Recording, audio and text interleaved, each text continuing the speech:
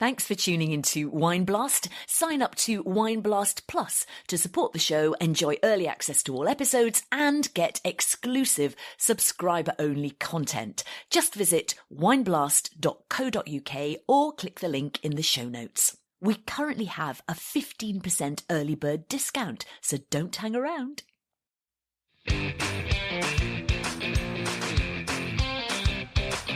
Hello, it's us again with more wine and more stories.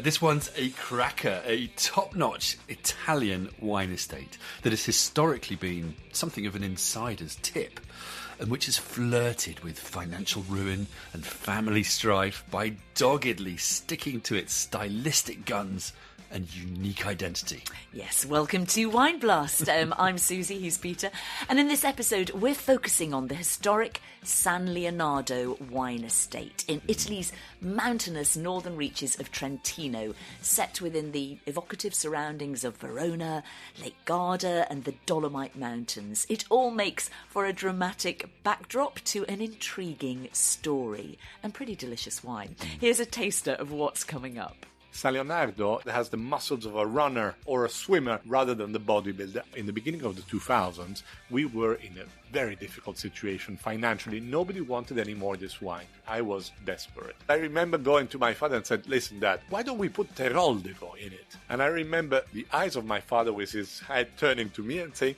"You are an idiot. Go back to the office." And he said, we wait and things will change. The cultured tones of Anselmo Guerrieri Gonzaga there. That's the first and last time I will be saying his name in full for obvious reasons. Anselmo runs San Leonardo and co-owns it with his family and father, the Marchese Carlo. We'll also be hearing from Master of Wine Alex Hunt, Purchasing Director for San Leonardo's UK importer Bertman Wine Cellars, to give us a bit of extra perspective. And you guessed it, we're going to be tasting and recommending some really rather special wines. I can hear the wine calling my name already. So let's get started. And first things first, proper introductions. Over to Anselmo. I am Anselmo Guerrieri Gonzaga, and Guerrieri in Italian means warriors. And we were the warriors of the Gonzaga family, which was very important, an important family of the Renaissance. And then finally in the 1800s, the Guerrieri family married the De Gresti, which were the owners of San Leonardo, and we transformed into farmers, let's say gentleman farmers. So much more interesting and more happy kind of profession. So you went from being fearsome warriors to being gentleman farmers. Absolutely. I would say we always stayed on the red color, from blood to wine, let's say. There's a consistency there, because your family motto is Belli et Pacis Amator, is that right? Exactly. Lovers of war and peace. Lovers of war and peace. So you covered everything in there, haven't you, anyway? So that motto, once again, for those of us not fluent in Latin, is Belli ac Pacis Amator, lovers of war and peace. Pretty cool. Yeah. I think our family motto would probably just be Vini, Vini, Vini, wouldn't it? Amateur. Something like that. But yeah, I mean, that is quite a family history and identity. Yeah. And I suppose you could argue that sort of warrior spirit remains, in how the family has remained faithful to its wine vision, even in the face of strife and conflict. But we'll come back to that. Meantime, let's set the scene a bit here. San Leonardo is a beautiful 300-hectare estate flanked by steep hills a short distance north of Verona at the beginnings of the Trentino Valley, which as you head north becomes Alto Adige and eventually crosses into Austria. And that location is important on many levels. Firstly, it's a good place to grow grapes. And there are testaments to this as far back as the year 927 on this site. So more than a millennium ago. Secondly, being on a busy thoroughfare enabled the small community of Crozier monks to make the estate into a place of rest and hospitality for travellers, even building a small church in 1215. Now, over time, the commercial activities of the property grew, and San Leonardo made a name for itself for the quality of its wine, something that was documented as early as 1724. A key moment came in 1890 when Marchese Tullo, grandfather of Carlo Guerrieri, married Gemma de Gresti, owner of the San Leonardo estate. She, by the way, was an amazing woman who worked tirelessly during World War I to help thousands of Italian prisoners of war return home from Russian concentration camps. Also helped reconstruct Trentino, which had been devastated by the war, and she was honoured by the Italian Red Cross for her actions. So. Made of stern stuff, this family, quite clearly. A theme that rather continued when Carlo's dad sent him off to winemaking school in Switzerland in the 1950s, and on his return hired a different winemaker because he didn't want Carlo under his feet. That's pretty harsh, isn't it? I sort of understand that as a parent. But this turned out to be a blessing in disguise because Carlo went off to consult in Tuscany. At the time, winemaking was pretty basic and dirty, so with his formal wine training, he could easily help estates clean up and professionalise their production. Yeah, now Carlo ended up at Tenuta San Guido, producer of the famous Sassicaia in Bolgheri on the Tuscan coast, with Marchese Mario Incisa della Rocchetta. Anselmo describes Mario as Carlo's enological godfather and instilled in him a love of Bordeaux wines and grapes. Sassicaia, of course, famously being a blend of Cabernet Sauvignon and Cabernet Franc. And if you want to hear more on that story, check out our Sassicaia episode from season 5. Now, Carlo returned to San Leonardo in the 1970s when things were still pretty basic on the wine front, and he set about transforming the estate. In 1978, he planted Cabernet Sauvignon, and in 1982 made the first San Leonardo of the modern era, a blend of Cabernet Sauvignon with Carmenere and Merlot. What had been a proud, historic wine estate was now ready to take things to the next level, with the aim of making truly fine wine. Now, Carlo was helped in this by another member of the Italian nobility, Piero Antinori, a name that will be familiar to many. Piero lent Carlo his winemaker, no less than Giacomo Tacchis, who's widely considered one of, if not the all-time great Italian winemakers, to help get San Leonardo up and running. At this time, there was a mini renaissance going on in Italian wine involving all these players using French grapes like Cabernet to ramp up quality, diversity and excitement and give quality-minded drinkers something they recognised and could get behind. So San Leonardo in its modern incarnation had come into being. It was soon dubbed the Sassicaia of the North. Fast forward to the new millennium, and consultant Carlo Farini had replaced Giacomo Tacchis. What's more, Carlo Guerrieri's son Anselmo, having graduated in economics and, in his own words, fooled around working on banana plantations and game reserves in South Africa, was suddenly summoned home by his father, who had received a cancer diagnosis, so the future of the estate at the time was uncertain. The young Anselmo, aged 23, was given an ultimatum. He had 2 weeks to decide whether to work for his dad or be cut loose to make his own way. Given everything that's been said, it's probably not the world's biggest spoiler to say Anselmo chose to work with his dad at San Leonardo. There we are. Though, as we know, it's not always easy working with your family. No, it's not, is so it? At this point, we can let Anselmo take over the story. The first few years were not really beautiful, I must say. But then, of course, wine conquered my heart. It wasn't my primarily passion. That's my nature and animals were my great passion.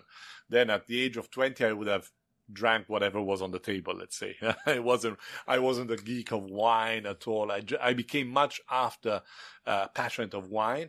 Much before was the passion for the plants and rather the making of the wine, which was fun. I mean, the cellars were beautiful. It's a lovely work. You cannot, unless your heart is made of stone, you cannot remain without emotions in front of the making of wine. It is beautiful. Mm.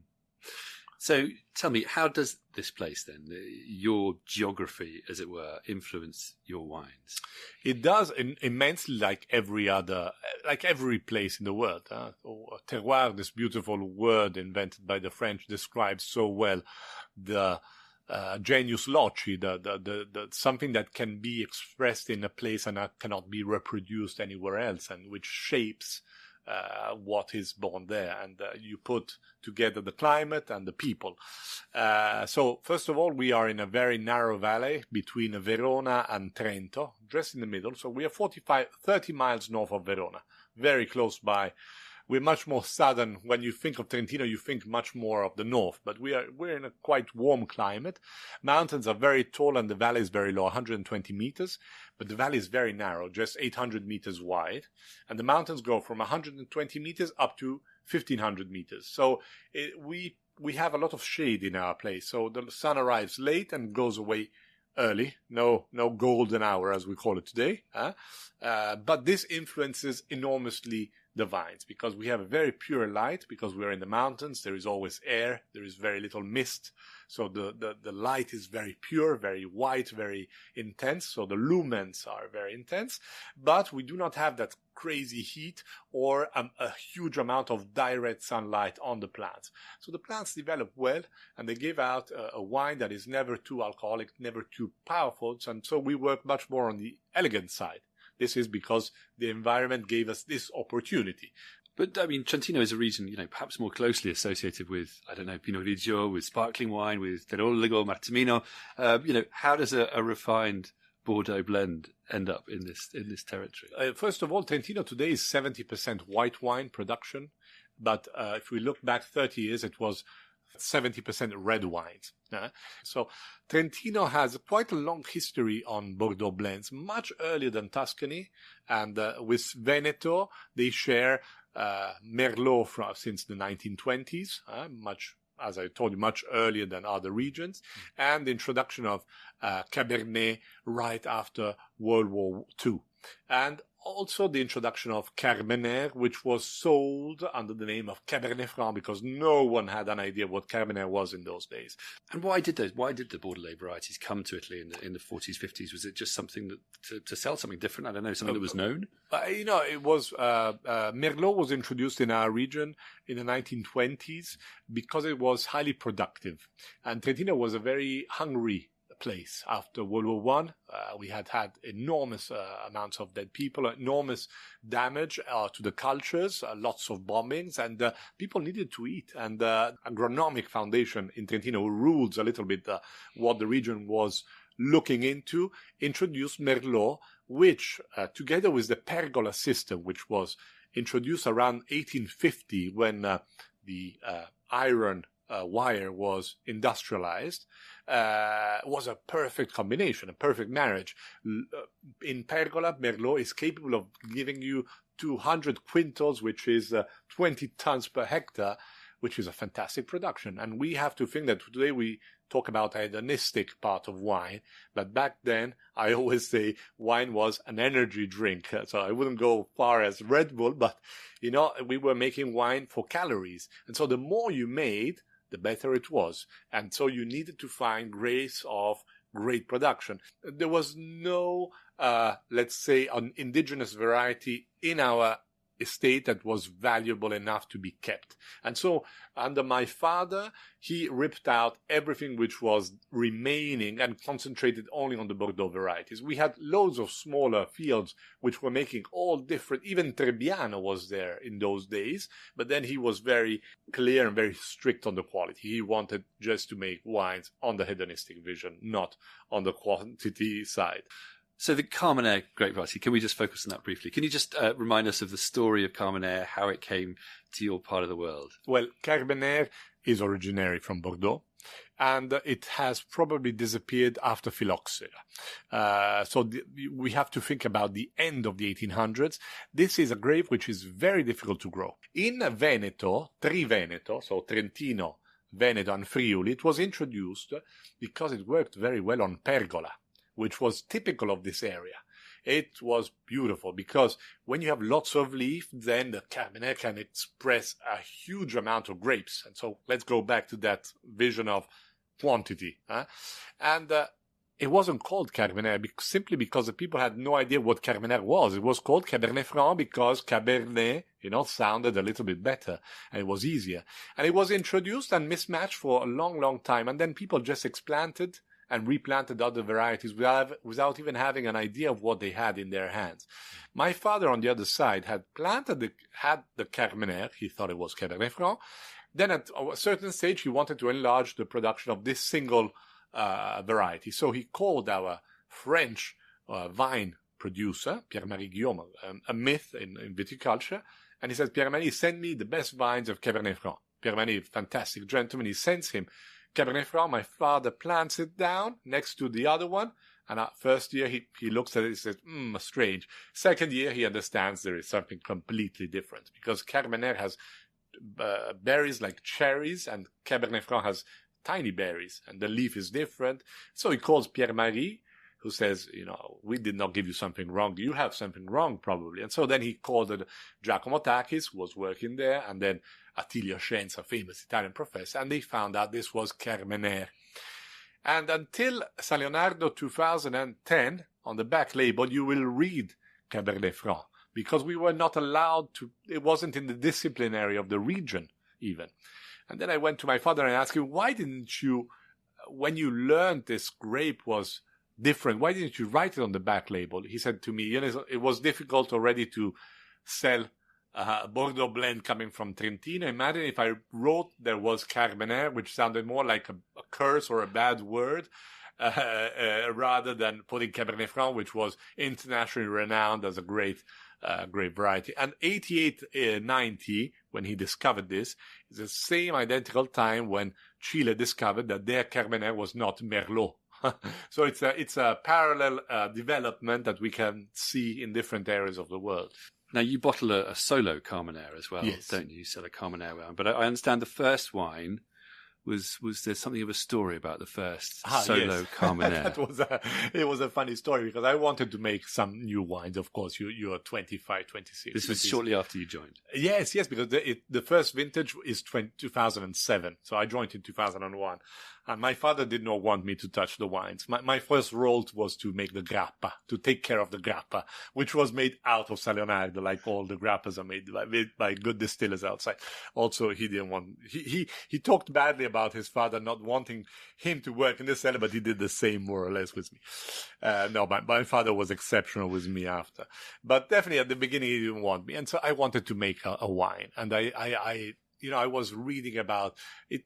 This is the time of all indigenous varieties and biodynamics, all these new trends appearing on the market. Anyways, so I went to our director, Luigi, and I said, listen, Luigi, I want to make a wine. Why don't we bottle this Carmenere? It's the best wine we make. Papa loves it, and it's part of the San Leonardo, but we have always a little bit in excess. Let's make a single production. He said, well, okay, if you want to do it, I'll hide it for you. So I bought the bottles, paying cash so that it didn't appear on the books. And I bought 1,724 magnums, which I was completely insane, because I wouldn't do it today to make a wine with all the distribution we have. And back then it wasn't easy. So, but this is when you're young, and you have a bit of that, not insanity, but you don't have the experience, which is sometimes a great thing, but it also blocks you from doing a lot of other things.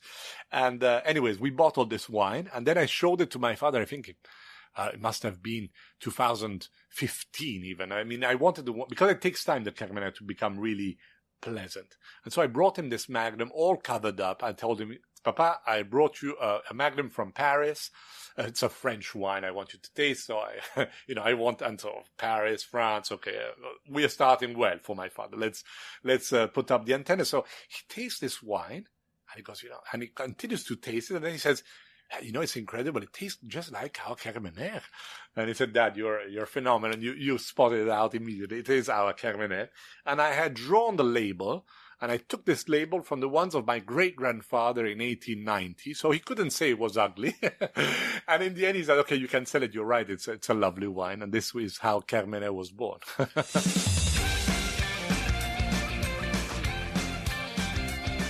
That's such a funny story. I mean, you can just see a young Anselmo desperate to prove himself with this funky single varietal gorilla Carmenere. And then his wise old dad thinking, yeah, nice one, son. How the hell are we going to sell 1,700 magnums of Trentino Carmenere? Yeah, no, family wine estates are great, aren't they? But boy, you do tend to get some sort of intergenerational strife. Don't you? It's great. It makes a great story that adds to the drama, I suppose, and the fun. But yeah, interesting. about the Carmenere, which, like in Chile, went totally under the radar until the 1990s. But there's obviously, quite a bit of it around in northern Italy. Apparently it first came to Trentino in the late 1800s, according to Anselmo. So, before Merlot. And as well as their solo Carmenere, it kind of adds a distinctive edge to the San Leonardo blend as well, doesn't it? Yeah, well, I mean, we can come on to that, can't we, when we taste. Yeah. But I was also interested by this idea of wine as calories post-war, which is a very understandable reason why a grape variety like Merlot would be planted.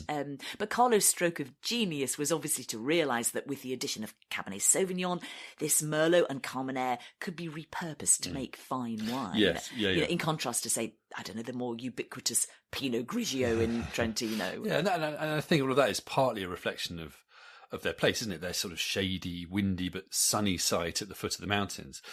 But we're going to explore this in a bit more detail in the next part. To recap so far, San Leonardo is a unique Italian wine, the legacy of warriors and monks, and the product of a special place and an indomitable family spirit. Over the years, there's been no shortage of strife, but also the odd stroke of genius and a lot of good old-fashioned elbow grease. So we're going to hear more from Anselmo now. Just by way of preface, Simonette and Search are vine pruning gurus who have helped many leading wine estates improve their vine health and longevity through gentle pruning techniques. We should probably do a podcast on them, thinking about it. Yeah, we should. Anyway, and we get onto this because you asked about what's changed in the San Leonardo vineyard and winery lately. Well, definitely not in the cellar. The cellar is always the same since the 1950s. It's all concrete. The cellar, we work to make it cleaner and faster, but not to change the wine. The big revolution is in the countryside, in the vineyards. In the beginning of the 2000s, we had the introduction of completely different pruning systems by Simonette and Cirque, this duo, which really has done an incredible job in revolutionizing the pruning, the pruning techniques. But then it's the soil which came up. And this is thanks to the biodynamic movement, I would say, definitely. And I transformed the estate in 2015 into organic. And we were then certified organic since 2018. Organic viticulture has made a big change, especially on the micro life in the vineyard. So this is obviously, I'm not sure it is so much more sustainable than the normal cultivation. You need to use a tractor double of the normal cultivation, and conventional, we're not talking of, it's going to kill me. I remember when I was a kid, the black skull on all the products. There is not one product with a black skull that you can find in ordinary viticulture today. So sorry, but there is a lot of romanticism. I'm a very pragmatic person in my approach, and I'm not, I don't look conventional agriculture as a bad thing. It's just that the organic puts you in an attention towards a life which is very different. And for sure, we have increased the amount of life in our vineyards and consequently the amount of vitality in our wines. And this I can put it underwritten, But I am sure that these wines, born in the context of the climate change, a little bit on the temperature rise, they develop well, also because they come from organic viticulture. Interesting there, yes.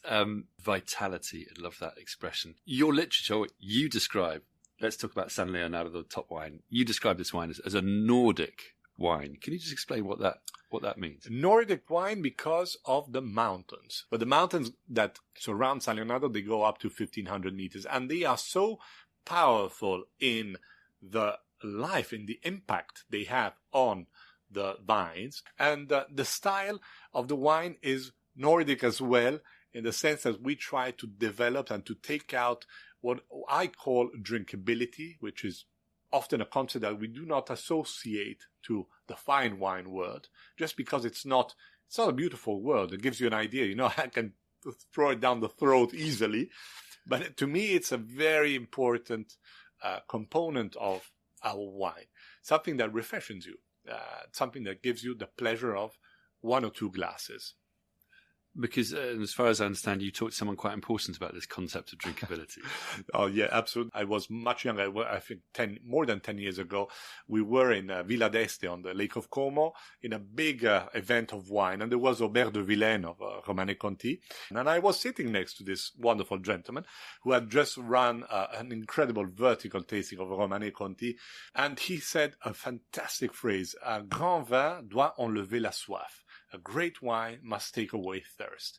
And I thought this was the most beautiful way of shrinking down this concept of drinkability into such an elegant way, into such I would say, a pragmatic and tangible way. A great wine must take away thirst. If I drink 2 sips of a wine and then I have to leave the rest of the glass there because it's so powerful, beautiful maybe, I'm not saying it's bad or better or worse, but it's not our style. We want a wine which is a great companion to your dinner, to your lunch, whatever, even your breakfast if you want it, but it must be a great companion to what you are eating, and not just a wine that you have to have with a huge steak, tall 5 fingers. No, San Leonardo is a wine that adapts well with vegetables, aubergine, or something smoky. It works very well. It's a delicate wine, but most of all, it has great drinkability. And this is my role, to maintain this identity through time.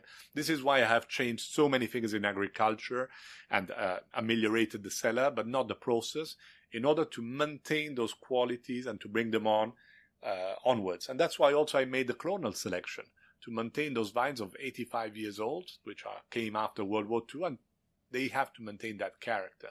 We have to bring it on to the next generation. And how important is moderate alcohol to this concept of drinkability and refreshment value that you've said? Because your wines are always and always have been, or San Leonardo has always been notable in having very moderate or relatively low alcohol. This is a very interesting concept. Most of the time, wines with big alcohol are quite potent, quite powerful, and you feel the alcohol note. So we say that San Leonardo has the muscles of a runner or a swimmer rather than the bodybuilder. And in fact, this is an important quality in, I would say, the balance of the structure of San Leonardo, where alcohol does not overcome over the fruit. And that's why also we use very little wood, for example. We use 25% of new wood because we do not want to cover the central part of the wine, which is always the fruit. And we have to express elegance because this is what nature is able to give us. So obviously we adapt to that and we take out the best quality we can find in that place. But for a while, the fashion was all for big, rich, oaky, ripe, alcoholic reds. To a certain extent, they're still very fashionable now. Is it not quite difficult making a wine that's the opposite of that actually is about age-worthiness and subtlety and structure? Has that been a challenge over the years, and does it remain one? I would like to tell you that we work behind it night and day to keep it that way. It's not true. It's the expression that we get in San Leonardo. This is the real terroir, because we do not have to force it. But I tell you a very interesting story. San Leonardo, in the beginning of the 2000s, we were in a very difficult situation financially. Nobody wanted any more this wine. I remember selling 1999, my first vintage, of which I was in charge of selling for my father. Might have been 2004, 2005 in the US. And I used to go around with the bags and making everybody taste the wine. And I remember calling my father in the evening and saying, "Dad, nobody wants a bottle of our wine." I was desperate. And I've seen how difficult it was because my father wanted to maintain that style, which was not the contemporary style. Today, the market is very different. It accepts many styles. And you said it right. Still today, there are a lot of super potent and super powerful wines. Nothing against that. And thanks God, the market is very open. You need to have style, identity. But you also need determination and resilience, because obviously other people might have said, you know what, let's give up. Let's make a different style of wine because this isn't working commercially. But you guys stuck with it. That is my father, not me. Because I remember very well, I went up to my father. I was desperate because I was seeing, I was a kid. And obviously my father had gone through Iran war and all of, the petrol crisis. And he had seen ups and downs. And he was much more self-confident. And he said, we wait and things will change. And I was much more on an approach of very different. Let's change things in order to attack the market and sell more. I wanted to survive. I didn't care about the wine. I was caring about the surviving of the estate. That was my vision in this moment. I was going back to the bank often. I remember that very well. Unfortunately, it wasn't pleasant. Making up lots of stories for the bankers. It was great fun. And the banker still tells me, we knew you were having a hard time, but you were so good in telling those stories that we believed in you. But anyways, I remember going to my father and said, listen, Dad, let's put in this wine a little bit more of indigenous varieties. This is what the people are looking for right now. So I told him, why don't we put Teroldego in it? And I remember it perfectly where I was, and the eyes of my father with his head turning to me and saying, you are an idiot. Go back to the office. And that is the best lesson I learned in my life. As you said, resilience, how the word which is so in vogue today after horrible COVID. The fact of really believing in your ideas. Of course, if you make wine, which is disgusting, I'm sorry, but this is the end. You're going to experience it on your skin. But he knew he was making great wines, and the ability of aging. These were qualities that will not disappear in a wine. What does the future hold for San Leonardo? Nothing of crazy, I would say. Stability. If I may ask, the most is something where we can cope with nature. But to reach this, it's a lot of work. So it is clonal selection on Cabernet Sauvignon, expanding. We have 2 more hectares we're going to buy, plus 1 more hectare and a half we're going to make out of the vineyards, planting a little bit more in pergola, going back towards pergola. So we have I have plans from here to 2055, I think, in my mind, but to preserve this world. This is my role. I don't want to change. If I want to change, I'll buy myself another winery in another place, if I want to do something ultra modern. But San Leonardo, the beauty of San Leonardo is that time has stopped. And most of all, and what I really thank my father for, is the atmosphere of the people who work in San Leonardo and who live in San Leonardo, because we have families who have been there since 3, 4, even 5 generations, and they love this place as much as we do. And my father and now me, we have given them the reason to stay in this place and to continue to love it. Also the economical reason, because there is a lot of romanticism, but the wine pays the bills of this place, which is lots of roofs. If you get what I'm saying, lots of buildings, and there is a beautiful court. There is a museum. We want to maintain the historicity and the soul of this place, and we can do it through a great wine. And the people respect this very much, the people who work in San Leonardo, and they give lots of love to this place. So the beauty of San Leonardo is really around the atmosphere you will find when you enter the gates. Anselmo, thank you very much indeed. Thank you for having me.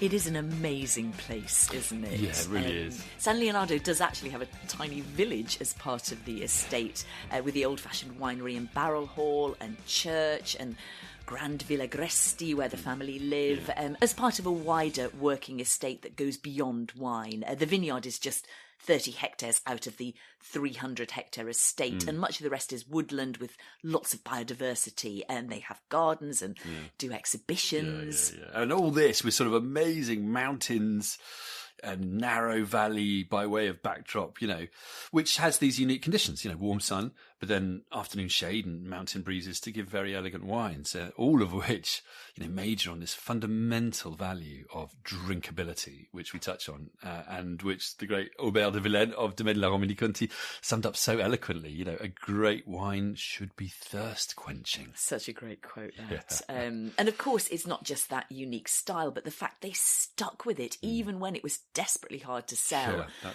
that's the bit I find intriguing. Yes. The noughties were a time when Robert Parker and Big Reds were all the rage, as we explored in our recent interview with Jancis Robinson. Yes. Rich, ripe, lavishly oaked, high alcohol Cabernets were virtually a license to print money back then. Yeah.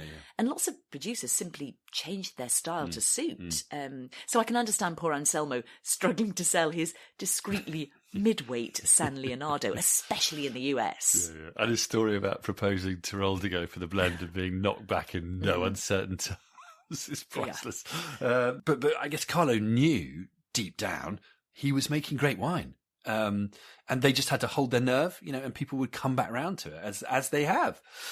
And on which note, we should bring in Alex Hunt. Yeah. So Alex is purchasing director for San Leonardo's UK importer since 2019, Berkman Wine Cellars.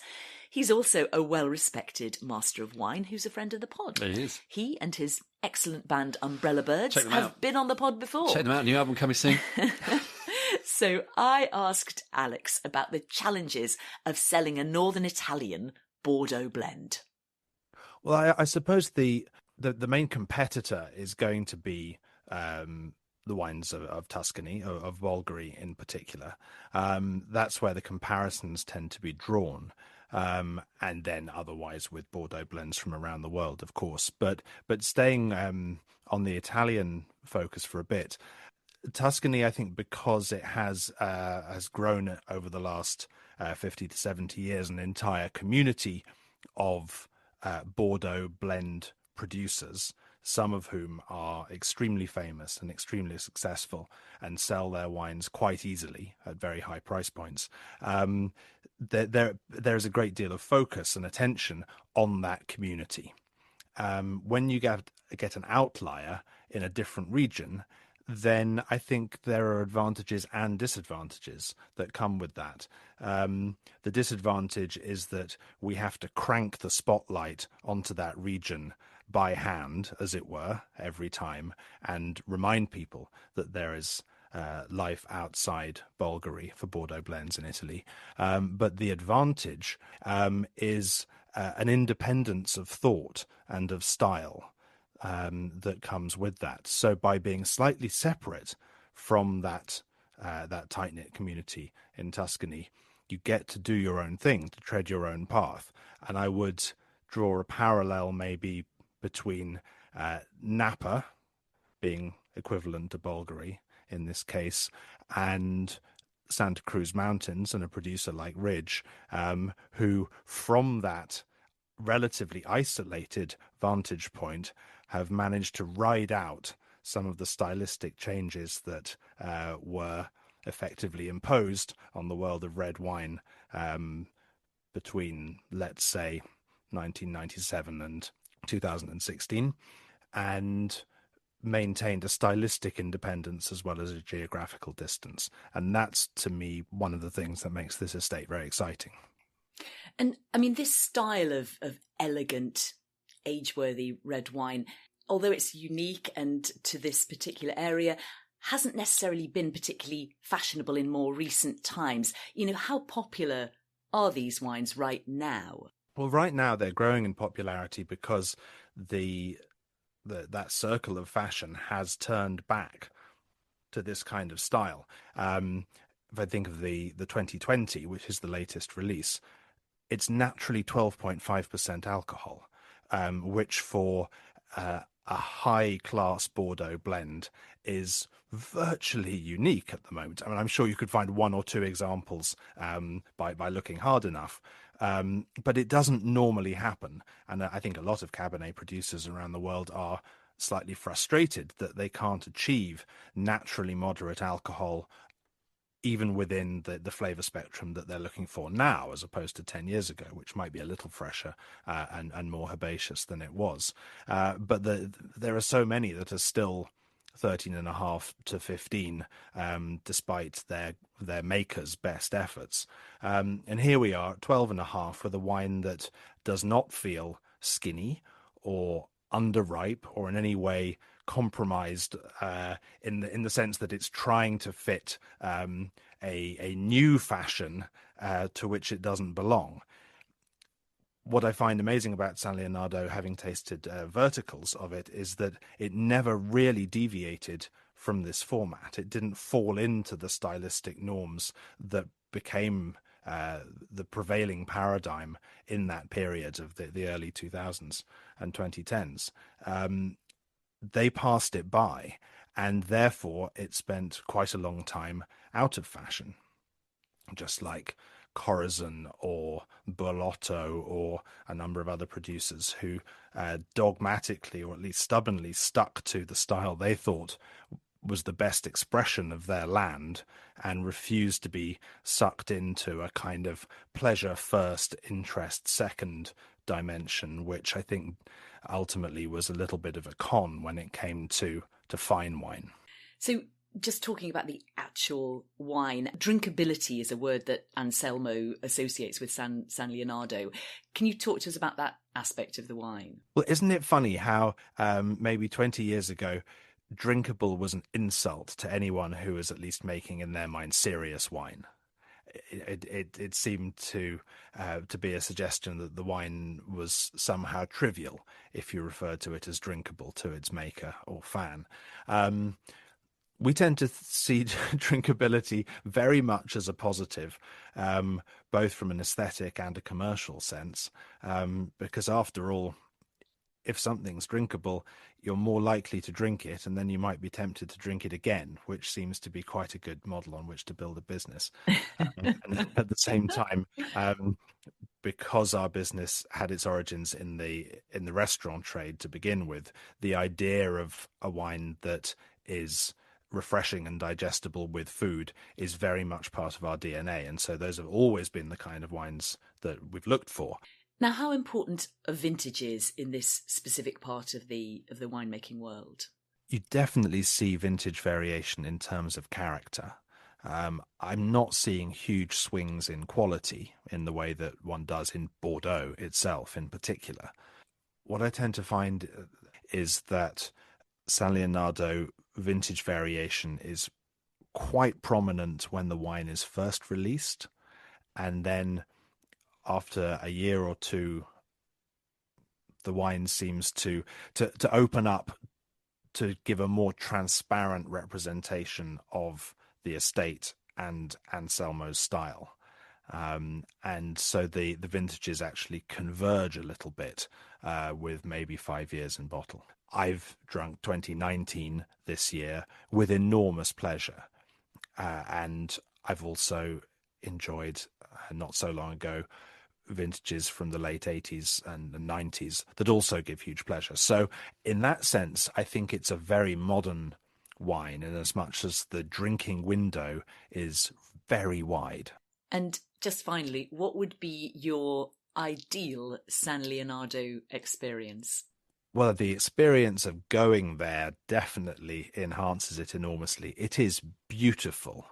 My experience of going to the estate and meeting the people there, seeing the old fresco they found in the little chapel, visiting the vineyards, seeing the little garden that they have full of wonderful flowers and vegetables that really remind you this isn't just an intensively cropped vineyard, but a proper working family farm, is a great experience. And that is then on one visit was really crystallized by a vertical tasting of not every vintage of the last 25 years, but a selection spanning that period. And that's where I really learned about the consistency of style and the unwavering aesthetic vision that makes this estate very unusual.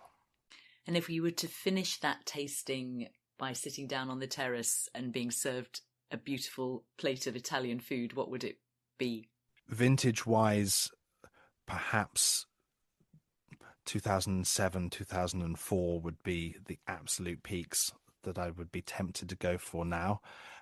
And those are versatile enough because they're still in the full vigor of life to go throughout a meal, really, with antipasti, pasta, grilled meat, definitely. I mean, lamb with Cabernet, of course, is one of the great joys. And they could take on a lot. Alex, thank you so much. It's been a pleasure.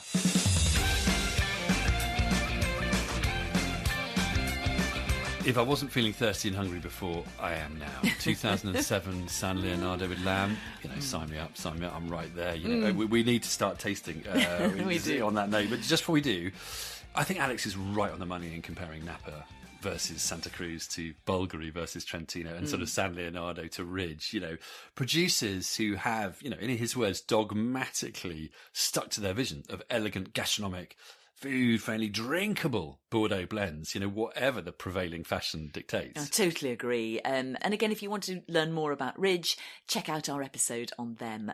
As Alex points out, it is indeed very rare to find premium Bordeaux blends at 12.5 or 13% alcohol these days, including from Bordeaux itself. Yeah, ironically. Yeah. You know, so this unique Trentino terroir is actually delivering something very precious and increasingly rare, even if it may have been seen as a handicap at times along the way. Yeah, and I love Alex's comment too, that the hedonistic, rich, sort of pleasure-first reds were a bit of a con when it came to fine wine. You know, that's not what fine wine's all about. I couldn't agree more. But, you know, moving on, we're running out of time, so we need to taste. Okay, so we've been talking about San Leonardo as if it just makes one wine, the red of the same name, which is its iconic top Bordeaux blend cuvée. But the estate makes more than that. Yeah. For example, it's Vete Sauvignon Blanc, and we've got the 2023 here, haven't we? Yep. Yeah, I mean, they source these grapes from further up the valley off pergolas, but with hard pruning to reduce yields, and much the same as their own Carmenere, incidentally. Anselmo says that gives real freshness and drinkability.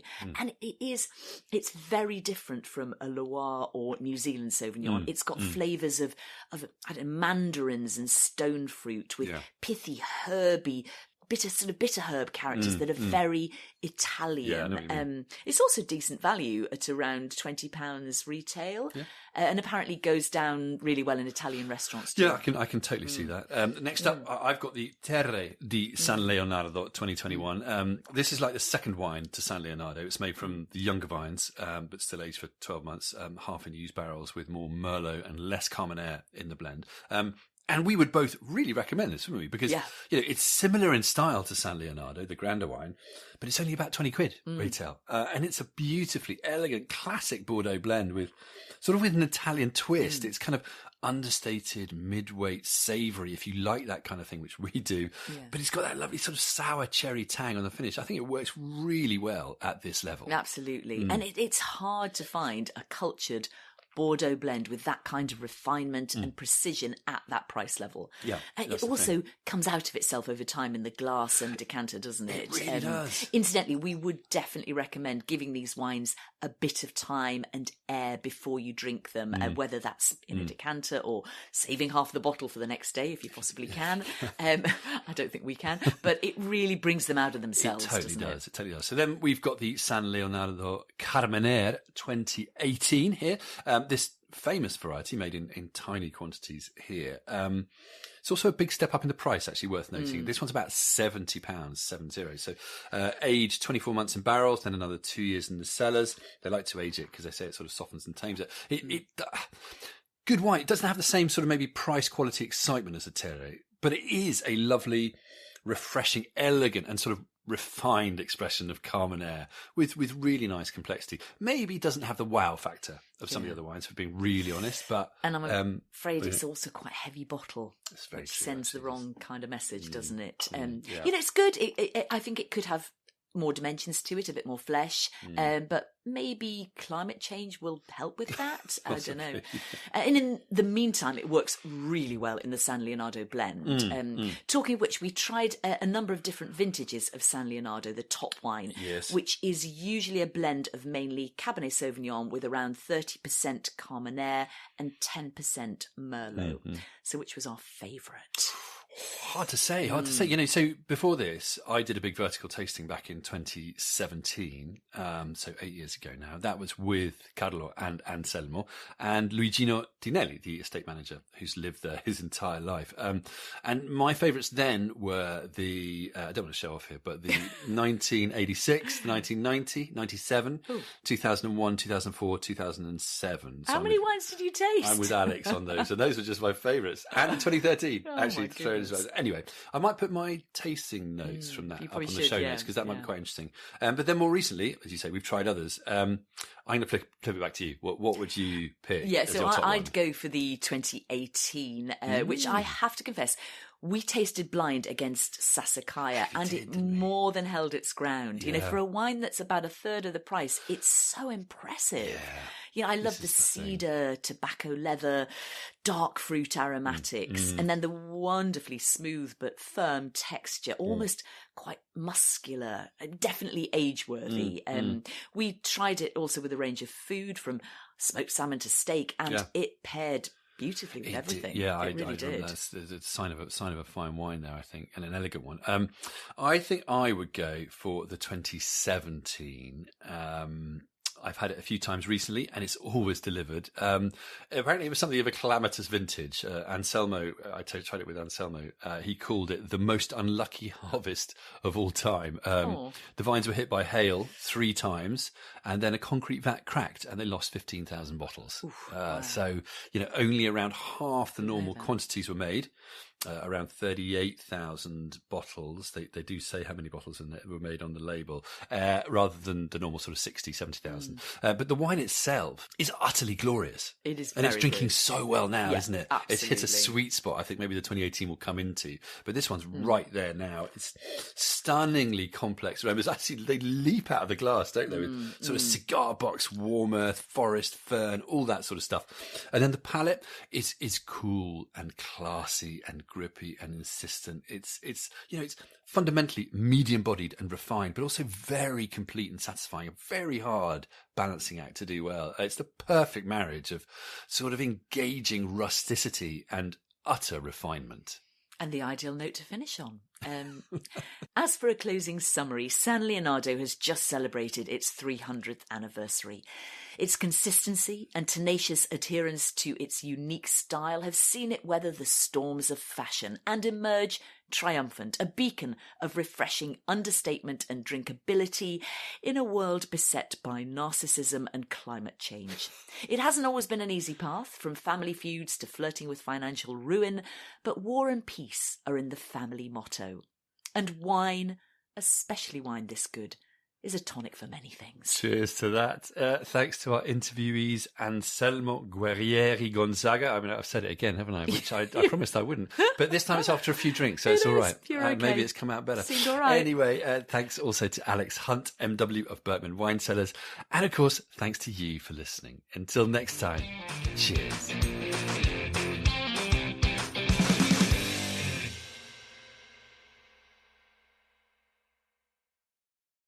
Thank you for listening right to the end of the programme. You deserve some sort of medal, or maybe a glass of fine wine, whatever. Either way, if you're a regular Wine Blast listener, you'll know we do occasional sponsorships, both episodic and headline. You might not have thought of this, but if you're involved with a company, brand or region who could benefit from exposure to a top-notch global community of wine lovers, get in touch. Wine Blast goes out to 200 countries and thousands of listeners. It's won multiple awards and is regularly one of the highest ranking drinks shows in global charts, with a knack of making national and international headlines, despite being a totally independent production made with a lot of passion and hard graft. If you'd like to support the show and take your message to an ever-growing global audience, get in touch by emailing contact@susieandpeter.com. That address is also on our website show notes, or you can find us on social media.